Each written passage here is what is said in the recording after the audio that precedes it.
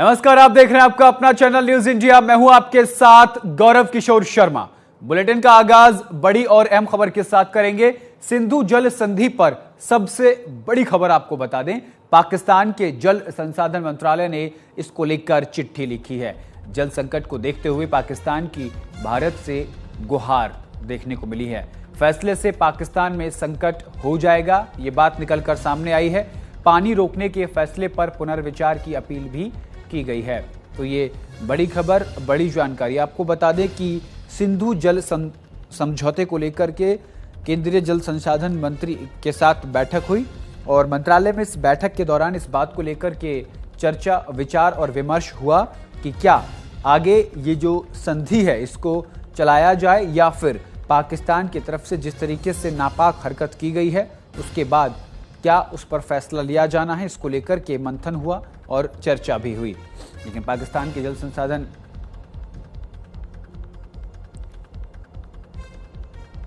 तो जल संकट को देखते हुए पाकिस्तान की भारत से गुहार की फैसले से पाकिस्तान में संकट हो जाएगा। ये बड़ी खबर, बड़ी जानकारी आप तक पहुंचा रहे हैं। तो जल संधि पर सबसे बड़ी खबर, पाकिस्तान के जल संसाधन मंत्रालय ने चिट्ठी लिखी है और उसके बाद भारत में इस पर चर्चा हुई है। जल संकट को देखते हुए पाकिस्तान की भारत से गुहार, कहा फैसले से पाकिस्तान में संकट हो जाएगा। पानी रोकने के फैसले पर पुनर्विचार की अपील की गई है।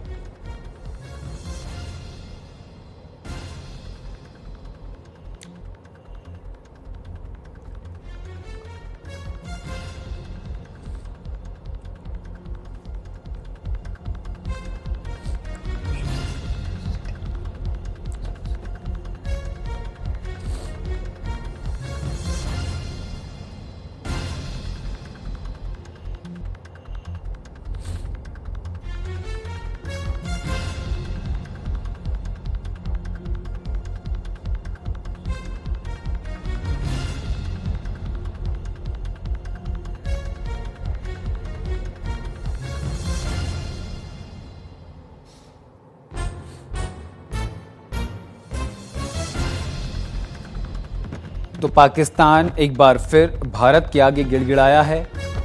सिंधु जल संधि को लेकर के पाकिस्तान भारत के आगे गिड़गिड़ाता हुआ नजर आया है।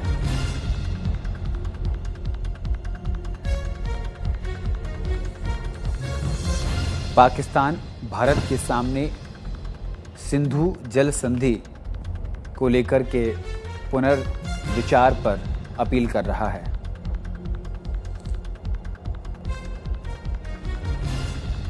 हाल ही में पाकिस्तान ने भारत के साथ सिंधु जल संधि को लेकर पुनर्विचार की अपील की है। ये संधि 1960 में भारत और पाकिस्तान के बीच विश्व बैंक की मध्यस्थता में हुई थी, जिसका उद्देश्य सिंधु नदी प्रणाली के जल बंटवारे को लेकर दोनों देशों के बीच विवाद से बचाव करना था।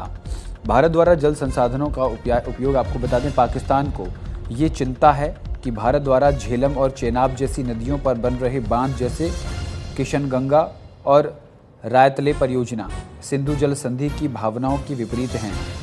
जलवायु परिवर्तन और जल संकट, पाकिस्तान में पानी की बढ़ती कमी और सूखा जैसे हालात ने उसे इस संधि की शर्तों की समीक्षा की मांग करने को लेकर अपील की है। राजनीतिक तनाव भी यहां देखने को मिल रहा है। भारत और पाकिस्तान के संबंधों में चल रहे तनाव भी इस अपील की पृष्ठभूमि में एक कारण हो सकते हैं। भारत का कहना है कि वो सिंधु जल संधि की सभी शर्तों का पालन करता आया है और वो अपने हिस्से की पूर्वी नदियां यानी सतलज, व्यास, रावी के जल का उपयोग करने का पूरा अधिकार रखता है। पाकिस्तान ने विश्व बैंक और अन्य अंतर्राष्ट्रीय मंचों पर इस मुद्दे को उठाया है, जबकि भारत का रुख ये है कि किसी भी विवाद को द्विपक्षीय बातचीत से सुलझाया जाना चाहिए। अगर आप चाहते तो मैं आपको सिंधु जल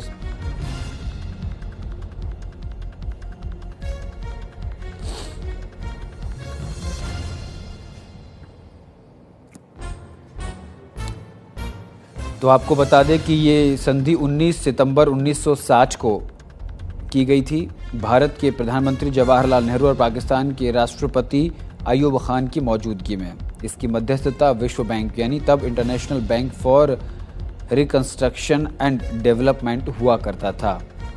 नदी प्रणाली बंटवारा हुआ। सिंधु नदी प्रणाली की 6 मुख्य नदियां हैं। पश्चिमी नदियां जो सिंधु, झेलम, चेनाब जो पाकिस्तान के अधिकार को देती हैं, पाकिस्तान को जाती हैं। पूर्वी नदियां सतलज, ब्यास और रावी भारत को अधिकार है।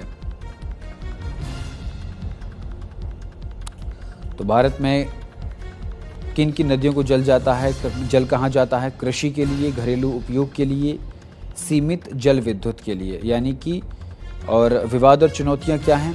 किशन गंगा परियोजना, पाकिस्तान ने आरोप लगाया कि भारत जल के बहाव को मोड़कर संधि का उल्लंघन कर रहा है। रातेल परियोजना पर भी आपत्ति है। भारत की प्रक्रिया आई कि भारत कहता है कि ये परियोजनाएं रन ऑफ द रिवर है और संधि के अनुसार अनुमेय है। भारत ने 2016 के बाद से संधि की समीक्षा की धमकी दी थी, विशेषकर उरी हमले के बाद। पाकिस्तान की पुनर्विचार की मांग जो है वो अब सामने आई है।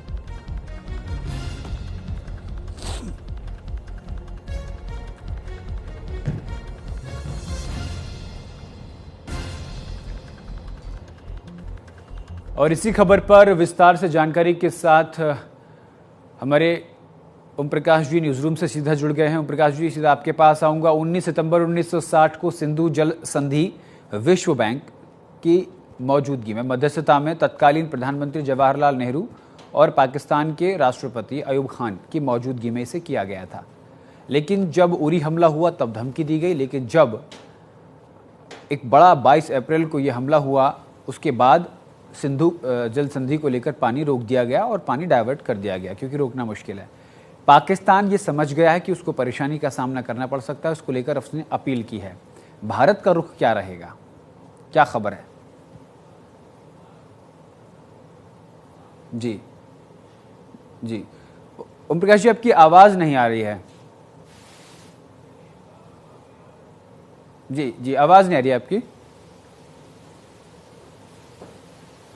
मैं वापस न्यूज़ रूम का रुख करूंगा। ये तस्वीरें हम आपको दिखा रहे हैं जब पानी रोक दिया गया है और पाकिस्तान में भारी जल संकट का सामना जो है करना पड़ सकता है। इस बात को लेकर पाकिस्तान के जल संसाधन मंत्री की तरफ से भारत को चिट्ठी लिखी गई है।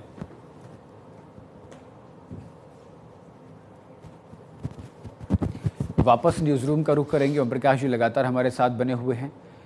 ओम प्रकाश जी, जिस तरीके से पाकिस्तान अपील कर रहा है और पुनर्विचार के लिए निवेदन कर रहा है, पाकिस्तान चारों तरफ से घिर चुका है। वो समझ चुका है कि भारत को आंख दिखाना मुश्किल ही नहीं बल्कि ख़तरनाक साबित हो सकता है। जल, थल, वायु के साथ साथ जो हमारी आम जनता, उसको भी परेशानी का सामना इस युद्ध के चलते करना पड़ सकता है। देखिए गौरव, आज जो वहाँ के जल संसाधन मंत्रालय की तरफ से पाकिस्तान के भारत सरकार को जो चिट्ठी लिखी गई है, उसमें जो भारत की ओर से जो सिंधु जल समझौता है जो सस्पेंड किया गया है, उसको फिर से बहाल करने की कोशिश की गई है। लेकिन मैं आपको बता दूं कि प्रधानमंत्री ने जब राष्ट्र को संबोधित करते हुए अपना भाषण दिया था तो साफ साफ कहा था कि खून और जल एक साथ नहीं बहेगा, खून और पानी जो है वो एक साथ नहीं बहेगा।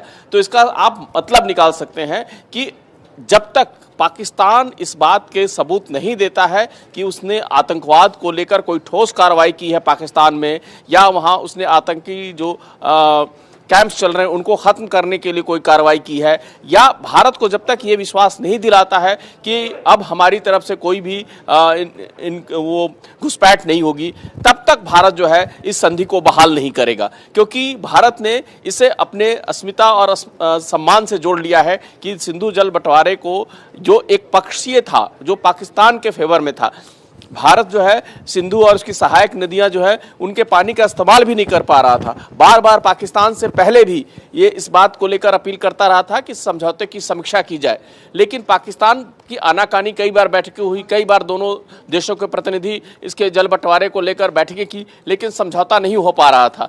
इसीलिए भारत ने जब अब कदम उठाने शुरू किए पाकिस्तान के खिलाफ, व्यापारिक संबंध, द्विपक्षीय संबंध को खत्म करने के साथ साथ जो ये समझौता था, सिंधु जल समझौता, इसी को भी उस भारत सरकार ने सस्पेंड कर दिया है।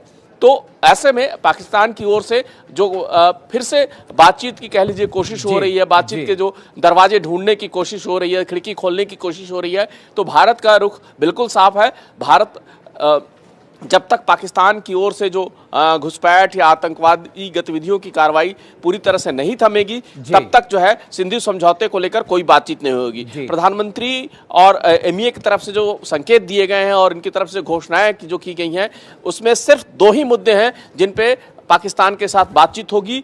पहला है आतंकवाद और दूसरा है पीओके। भारत सरकार और बीएमईए पहले ही कह चुका है कि पाकिस्तान ने पीओके को अनऑथराइज तरीके से कब्जा कर रखा है, पहले वो खाली करे और जितनी जल्दी खाली करेगा वो पाकिस्तान के हित में होगा। और पाकिस्तान और भारत के रिश्तों के लिए एक बड़ी शर्त है कि पाकिस्तान जो है वो पीओके को खाली करे। बिल्कुल, देखिए, जब से यानी साल 2014 से लेकर लगातार जब से केंद्र में भारतीय जनता पार्टी की सरकार सत्ता में आई है, तब से लगातार पीओके को लेकर स्टैंड ले रही है। घाटी में आतंकवाद को खत्म किया, 370-35A को भी निरस्त किया और अब वहां पर सरकार बहाली हुई। लेकिन ये सीधा सवाल, ये जिक्र मैं इसलिए कर रहा हूं प्रकाश जी, क्योंकि ये हमारे पास अब पता चल गया है कि सिंधु नदी एक ऐसी है जो पाकिस्तान के लिए जीवनदायिनी है। पाकिस्तान को जीवन चाहिए तो सिंधु नदी समझौते को 1960 में जो तत्कालीन प्रधानमंत्री जवाहरलाल नेहरू ने किया था उसको सुचारू रखना होगा, वरना पाकिस्तान में जल संकट आ जाएगा। तो भारत के सामने सीधी अब एक बहुत लकीर है कि पहले पीओके खाली करो, फिर सिंधु जल पानी समझौता को सुचारू करते हैं। जी हाँ, बिल्कुल। भारत का बिल्कुल इस बार इसको लेकर सख्त रुख है कि जब तक पीओके को लेकर और आतंकवाद को लेकर कोई बातचीत नहीं होती है, वहाँ पे कोई समझौता नहीं होता है, तब तक जो है सिंधु जल बंटवारे को लेकर भारत जो है आगे की बातचीत जारी नहीं रखेगा। समझौता सस्पेंडेड रहेगा, क्योंकि भारत जो है जो सिंधु और उसकी जो सहायक नदियाँ झेलम, चिनाब, सतलज, इन पे जो है वो डैम बनाना चाह रहा है। उनको जो है उन पे बिजली की परियोजनाएं लगाना चाहता है, सिंचाई के लिए उनके पानी का इस्तेमाल करना चाहता है। भारत का हक है इन नदियों का पानी का इस्तेमाल करना, फिर भी भारत अभी तक ने इनका इस्तेमाल नहीं किया था। भारत अब सख्ती से, भारत की जरूरतें बढ़ गई है, भारत का पॉपुलेशन बढ़ गया है, भारत की जो ऊर्जा खपत है वो बढ़ गई है, इसलिए भारत के लिए भी जरूरी हो गया है कि नदियों पर डैम बनाए, इन नदियों के पानी का इस्तेमाल करे और अपने हित में जो भारत के होंगे वो करेंगे। जैसे मैं आपको एग्जाम्पल दे दूं, ब्रह्मपुत्रा नदी है जो चीन से होकर आती है, ब्रह्मपुत्रा नदी पे दुनिया का सबसे बड़ा डैम चीन ने बना दिया है। तो क्या भारत में जो नदियां बहती है उस पर भारत का हक नहीं है? बिल्कुल हक है भारत और ये भी कहा जा रहा है भारत सरकार ने इस समझौते की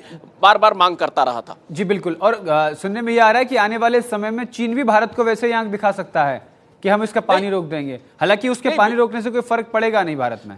देखिए, ये होता है, इसमें मेन जो मुद्दा ये होता है कि नदियों का पानी रोक पाना आज के ज़माने में बहुत बड़ा असंभव सा कार्य है। ठीक है, हम टेक्नोलॉजी और तकनीक आगे बढ़ गई है कि हम नदियों को डाइवर्ट कर सकते हैं, एक दूसरे से जो नदियों को जोड़ सकते हैं। भारत ने इसका एग्जाम्पल भी सेट किया है कि हम नदियाँ जोड़कर एक नदी का पानी दूसरे में ज़रूरत के समय में हम उसको डाइवर्ट कर देते हैं। लेकिन जो हिमालय के रेंज में जो नदियाँ हैं, इकोलॉजिकली आप बहुत समय तक उनको रोक के नहीं रख सकते हैं, अनलेस एंड अनटिल कि आप अपना जो ड्रेनेज सिस्टम या बाकी उनके नदियों के बहाव को लेकर उनके पानी को रोककर दूसरी दिशा में उनको मोड़ने के लिए नहर या कोई और ड्रेनेज सिस्टम विकसित नहीं करते हैं, तब तक हम भी मतलब भारत भी चाह के भी पूरी तरह से सिंधु नदी का पानी नहीं रोक सकता है। अभी भी हमने जो किया है वो हम अपनी ज़रूरतें पूरे करेंगे। भारत कभी भी नहीं कहता है कि हम आपको प्यासे मार देंगे या हम पानी को पूरी तरह से रोक लेंगे, लेकिन भारत का हित सर्वोपरि है। भारत के लोगों के ज़रूरतों को पूरा करना भारत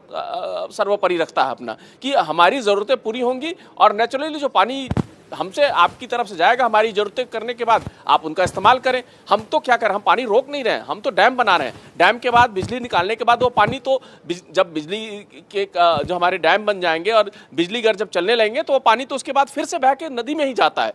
तो ऐसा कुछ भी नहीं कह रहे हैं कि हम पानी को वहाँ से खत्म कर लें या पानी निकाल रहे हैं, पानी डाइवर्ट कर दे रहे हैं सिंधु नदी के। हम तो सिर्फ हमारी मांग है कि हम सिंधु नदी और उसकी जो सहायक नदियाँ उन पर डैम बनाएं ताकि उन पानी का इस्तेमाल हम बिजली उत्पादन में कर सकें। और इसीलिए बार बार भारत सरकार इस संधि की समीक्षा की बात करता रहा है। लेकिन जिस तरह से पुलवामा अटैक हुआ है उसके बाद भारत सरकार ने सख्त रुख अपना लिया है। भारत सरकार का साफ साफ कहना है कि जब तक आप आतंकवाद को लेकर और पीओके को लेकर कोई समझौता नहीं करते हैं, पीओके को खाली नहीं करते हैं, तब तक हम किसी तीसरे मुद्दे पर बातचीत नहीं करेंगे। पाकिस्तान ने अपनी तरफ से पहल की है, कोशिश की है कि सिंधु जल समझौता जो भारत ने सस्पेंड किया है उसको फिर से बहाल किया कर दे। लेकिन अभी तक जो सूत्रों के हवाले से, भारत सरकार के सूत्रों के हवाले से और मंत्रालय की ओर से जो एमईए की तरफ से जो खबरें आ रही हैं, भारत इस मुद्दे पर बातचीत करने के लिए तैयार नहीं है। जी, बहुत बहुत शुक्रिया ओम प्रकाश जी तमाम जानकारी के लिए। रुक करते हैं आगे खबरों की ओर। भारतीय सेना में नीरज चोपड़ा को एक बड़ा पद मिला है। टेरिटोरियल आर्मी में लेफ्टिनेंट कर्नल बने हैं गोल्डन बॉय नीरज चोपड़ा। ये बड़ी खबर, बड़ी जानकारी आप तक पहुंचा रहे हैं।